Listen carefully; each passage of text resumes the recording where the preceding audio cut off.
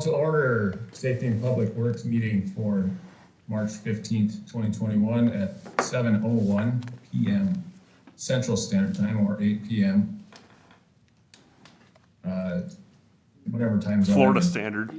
Yeah. So first item up is going to be a request to approve Brainerd and Crow Wing County Public Transit request for proposal for third-party operation services. Mr. Chair, we do have one additional item to add to our agenda tonight. Okay, want to do that right away? Yep. Okay. Yes, we have an additional item to speak about. So as a fourth item, we'll add bids for Brainerd Street Garage Parks Edition. Yep. Okay? All right. All right, and back to item number 1. So the request to approve Brainerd and Crow Wing County Public Transit request for proposals for third-party operation services. It's very wordy. Yes. So go ahead, Paul, and tell us all about it. Thank you, Mr. Chair. So at the last couple of Transportation Advisory Committee meetings, the last of which Alderman Erickson attended, we went through our third-party contractor request for proposals. This is a 3-year contract with our service provider. It's a MnDOT and FTA required process that we go through. It's basically we write these proposal documents and specifications that specify what service and what the contractual language would be for our third-party contractor. This last 3-year cycle, our third-party contractor has been Productive Alternatives. Basically, I sent out the RFP earlier today, as stated in the agenda request, because the TAC considered it at their meeting on Thursday, and this wasn't able to get into the packet. We made the necessary changes to the document and accepted all the changes. It has been reviewed by MnDOT's procurement director, along with MnDOT's our project manager, for making sure that we have all the necessary contractual language in there. Basically, if you'll recall, we get funded for our transit system at 85% operations and 20% for capital. During the COVID era, our funding has actually been at 100% for the last year, and it will be 100% for this cycle too, because of our reduced ridership right now. But basically, is what we're looking for tonight is the Transit Advisory Committee has gone through this whole document twice, gotten some feedback from MnDOT along with the Transportation Advisory Committee members. They did approve this document unanimously at their meeting. And really, all we're looking for from the committee and city council is to approve this document as presented here tonight, and solicit the RFP to contractors for a proposal opening on May 3rd, 2021, and the TAC will be looking at the proposals on May 6th. And the city will have a recommendation for the city council on May 17th. So that's kind of the schedule we're looking at right now. So if there's any questions, I can answer those now. Mike, I think you're muted. No questions for me. I'm ready with the motion. I don't have any questions. If you're ready with the motion, Tad, go ahead. Otherwise, we can speak about it after. Yeah, so I'll make the motion to approve the RFP as presented and to solicit proposals, solicit opening proposals for May 3rd, 2021. I'll second that. Motion and a second. Is that basically what you're looking for, Paul? Yep, if I may, Mr. Chair, that is exactly what we're looking for. We'll Okay. bring these back with a recommended action at the May 17th meeting. All right, any more discussion? Hearing none, we'll go to a vote. All in favor, say aye. Doesn't this have to be roll call? Yeah, we'll roll call it, Mike. Because you're online, we got to roll it. Yep, So so who's gonna call roll? I'll call the roll every time. You'll just, Okay. so Erickson, Yes. Pritchett, Yes. O'Day. Yes. All right, motion approved. Item 2. is a request to approve cost share agreement with Crow Wing County for improvement 21-04, 2021 street striping project. Go ahead, Paul. All right, thank you, Mr. Chair. So this project is a biannual project that we do with Crow Wing County. Crow Wing County solicits their striping contract every year. We only do it every other year because our pavement striping usually lasts for that long. And so we'll join on generally with Crow Wing County's contract because we get better unit prices based on the quantities of striping footage they have county-wide. And so what the county has us do is provide our quantities of long line striping, which is the 4-inch line, and then anything with arrows. We do all the crosswalks ourselves as staff. So this contract only covers our like center line striping, our edge lines, and our right, left, and through arrows on our streets. So is what this agreement is. It basically enters into a cost share agreement with Crow Wing County. Once we've agreed to this, they go out to bid for their whole project with our quantities included. And they come back with our costs after that. The county has estimated our costs at $20,260.25. They do charge a 3% contract administration fee, which is about $600. So our total cost that's estimated at this point is $20,868.06. So when we enter into this agreement, the county will go out to bids. I think they open bids next week, and then we'll know our final costs for this project. We do budget for $10,000 a year for restriping our streets, so our budget is around $20,000 on that biannual basis. So we're right in that ballpark with our estimates, and hopefully those come down a little bit as we get through bids. So really all we're looking for here is just an approval to enter into the cost share agreement with Crow Wing County to do this project on our behalf, and authorize the signatures on that agreement as presented.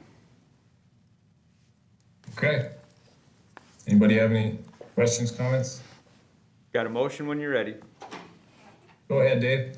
All right, I move to approve the cost share agreement with Crow Wing County, an estimated cost of $20,868.06 for improvement 2104, 2021 street striping project, and authorizing proper signatures on the agreement. Second. We have a motion and a second. Any more discussion? This is pretty typical for any given year, isn't it, Paul? If I may, Mr. Chair, yeah, this is a biannual project, and we've done this probably since I've been here, we've been contracting with the county to do this. So it's a pretty typical project for us. Okay. All in favor, say aye. Roll call. Yep. Course have Erickson? it. Erickson? Yes. Pritchett? Yes. O'Day? Yes. Motion passes. Third item on the agenda, we have a request to approve the downtown crosswalk painting plan. And if you want, Paul, you can go ahead and take us through it. Okay, thank you, Mr. Chair. So these past couple of weeks, staff has been doing research and talking to other cities and MnDOT about this idea of colored crosswalks. I've also been working with Mayor Badeau on some renderings that you'll see in your packet tonight. So there's a couple of things that got brought up as we were talking through this. So anytime we talk about street striping or street traffic control, the MUTCD, which is our manual on uniform traffic control devices, comes into play. And I attached the two sections of the MUTCD that are kind of in play tonight. One being crosswalk markings, and the other one being colored pavements. Those are the two sections that apply to what we're talking about here.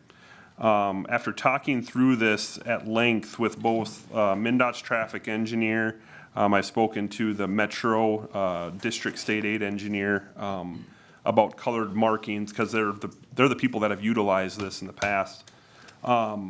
The first thing they said is we need to stay away from standard traffic marking colors.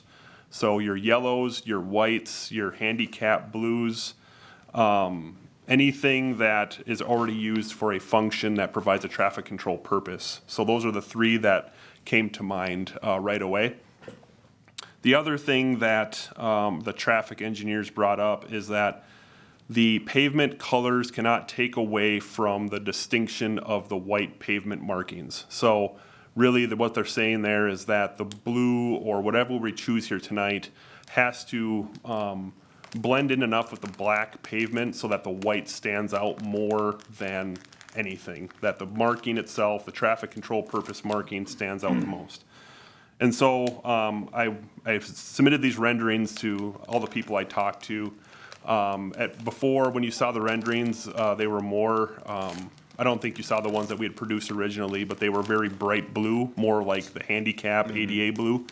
As part of this, we really toned it back to more of the Brainerd logo blue. We were talking with some paint providers that we use here at the city for our traffic control paint, along with the mayor to get these renderings done. And this right here, the color that was mentioned was called frozen blue. It's more of our city logo blue, closer to like what you see on the Brainerd School District logo.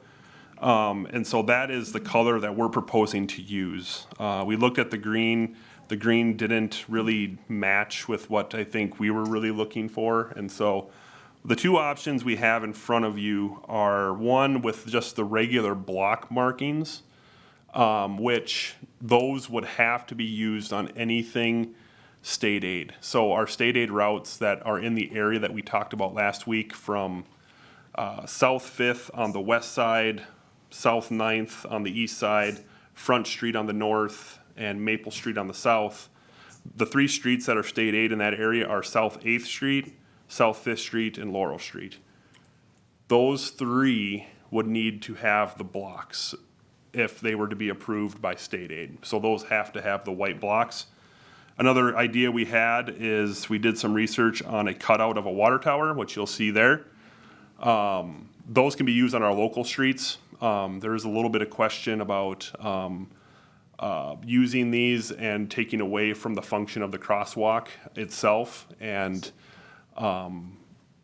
you know, we could, I don't foresee an issue, but there's always the chance that if we get into the middle of a lawsuit or something, that someone could bring this up, that it's not a standard crosswalk. I didn't know it was a crosswalk. The blocks are square. There was just some questions about that from the people that do this for a living, the traffic people, that, and they always err on the side of caution. Like I said, I don't foresee an issue. The water towers are shaped like a cross block. They're not so far different from a standard like rectangle that it would cause confusion, in my opinion. But it is something to consider, and that's really the only concern that I would have with this type of design. Like I said, the cross blocks have to be used on our state aid system. These could be used on any of our local streets if we were to move forward with that idea or that pattern, which is basically anything else besides those three I listed. So those are what we have here tonight, the two that we kind of chose to move forward. The mayor, if he has anything, can speak to these, or just looking for any feedback or what you guys are kind of thinking, so. Mr. Chair, I have a question. Yeah, Mr. Bridget. Would it cost a lot more money or time if we were to do like a water tower block, water tower block? And would that be enough to kind of make it obvious that that's a crosswalk? Yeah, Mr. Chair, for me, I don't think so. We're getting a quote from L&M Steel. They're located down in the industrial park to cut us out a water tower cross block. My assumption is it's going to be less than $500 to get a stencil. And so really all we do to paint these is we have a stencil that we lay on the pavement and just paint over it, move it over. So it's the same thing. It would just be the cost of the stencil. Okay. So you would be able to go water tower and then a block on that. Okay. And has that been brought up? Would that be enough to kind of alleviate some of these concerns that? Like I said, I don't really think it's a concern. That's the only thing they brought up that might. Because I like the water towers. I think it's really cool too. And we could, even the mayor and I talked, you could switch them. So you have one this way and then one backwards the other way, so they're a little more even across. And so I think, to me, there's, I don't think there's any issue at all with what we're proposing from the water tower perspective. I think that the white lines themselves across is denoted of the crosswalk. The blocks are just an enhancement. So I suppose the rules have kind of ruled out having a stylized outline of the mayor's hair being the crosswalk. We attempted to do that. It was much more difficult than was It's too first wavy, anticipated. not blocky enough? Listen, with this type of flow, you gotta be careful with your stencil work. People might just stop and admire it and get hit. Mr. Chair, if I might. Yeah, go ahead. Yeah, so I like the blue. I like that we dropped the green, although that would look good. But I think this simplifies it for the crews. I do like the water towers. I guess, yeah, I had the thought about switching them as far as like having the top go to the bottom every other. If that looks good, I think this looks really good. If there's concerns, I guess, I'd support going every other with the block. But, yeah, I like this one. Rendering two, is this rendering 2? Yeah, that would be rendering 2. Oh, I like it as is. I think if we can, we keep it as is as much as possible. I see you guys are talking about maybe doing the blocks where we have to. And I know we had talked about maybe trying to keep things uniform. So I don't know what your guys' feelings are about using the blocks on the highway, or on the highway, but on the state aid streets and things like that. But I'd say for sure you want to do anything as close to that design that you have there, rendering 2. And if you have to change it, you have to change it, but I like it the way it is. Mm-hmm. And I don't know what know- you have to say, Paul, as far as keeping it uniform or not. I don't know how you guys feel about that, but that's, I I think, like all the same. I think, we could put the blocks where we have to put the blocks on the state aid streets, but I'd like to see the water towers. I think I'd like to see what it would look like with the water towers in different directions. I don't know if that would just kind of make it less obvious that it's a water tower, or, I kind of like them all pointing the one way, but I'd have to see them with them in the other direction to make a comparison. Mr. Chair? Right. Yeah, I think the mayor had his hand up first, and then I'll have you talk. The only thing, two comments, one about this and then one if you'll call on me after we get through with this. The only reason I did not flip them was just out of time.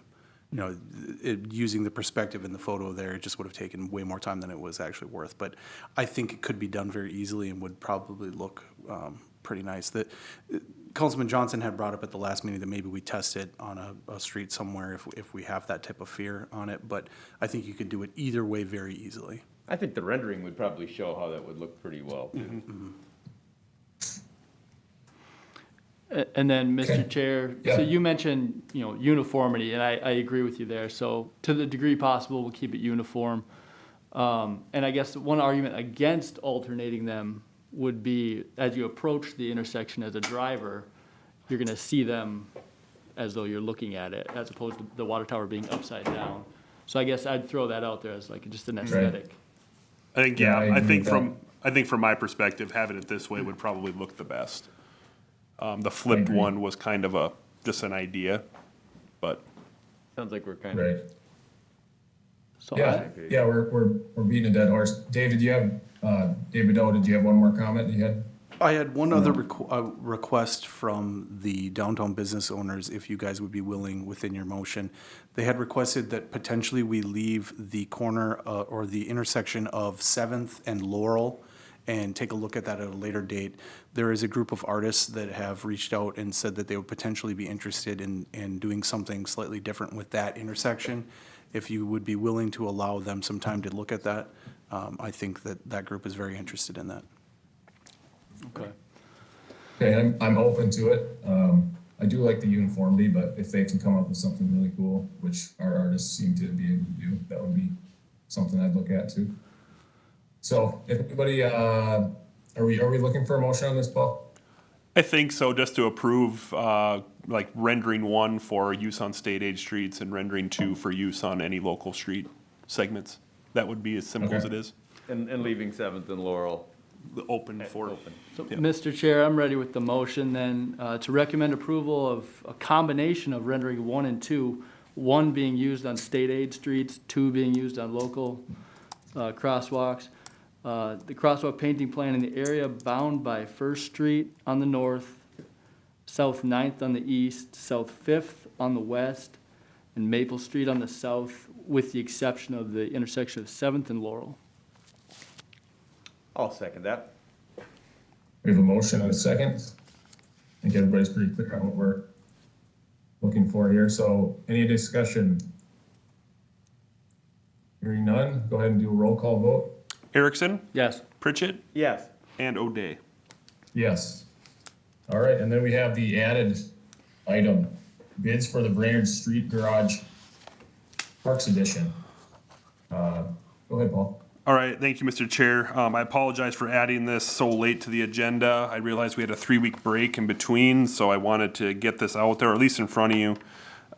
So we did open bids for the Street Garage Edition here last Thursday afternoon.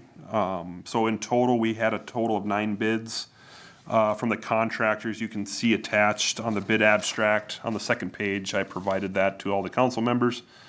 You can see that there was one bid that was quite high, and then the rest of them were pretty tight all the way down the line.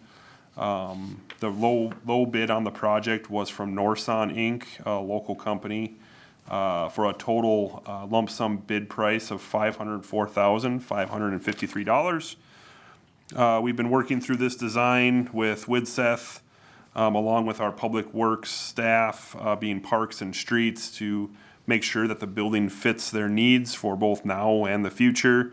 I think you guys, the Safety and Public Works Committee, have seen what we're proposing there for the addition on the garage, along with the office that we're proposing to add for our parks foreman. And so the total base bid amount, or the bid amount from Norson, was $504,553. In our 30-year capital plan for this project, we had a budgeted amount of $468,109.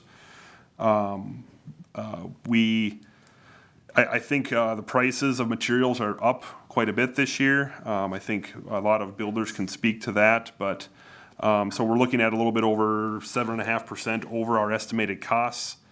I don't know if representative from Widseth are on. It looks like Mike Anglin looks like he's on. That number looks familiar. Mike, are you there? Yes, I am, Paul. So yeah, Mike, I don't know if you can talk anything to the bids or what you've been seeing from a cost standpoint here, and what these bids kind of represent, in your opinion. Yeah, actually, thank you, Paul. Thank you, everyone, for the opportunity. We are experiencing quite an increase with steel and precast. I actually met with Fabcon a couple of months ago, and they have experienced increases with their costs, and then there's actually another increase coming April 1 with steel. Even lead times are out 6 months, so during the bidding phase here, we had to provide an addendum that identified the substantial completion got pushed out 2 months just in response to everything that's going on. So, yeah, it's just something else just with the, whether it be wood construction or steel and precast, it seems to be just industry-wide in terms of what we're experiencing. So I do feel like the bids do reflect what we're experiencing right now.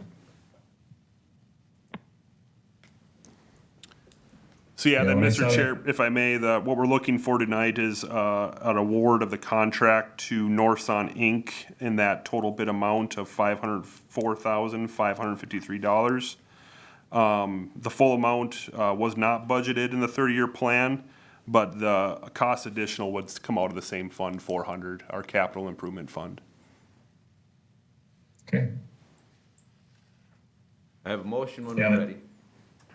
go ahead, Mr. Pritchett. I move that we award the contract for the Brainerd Street Garage Park Edition to Norson Inc. in the total lump sum bid amount of $504,553, and authorizing the execution of proper signatures on the contract documents. Second. All right, we have a motion and a second. Any more discussion? Hearing none, go to a roll call vote. Erickson, Yes. Pritchett, Yes. O'Day. Yes.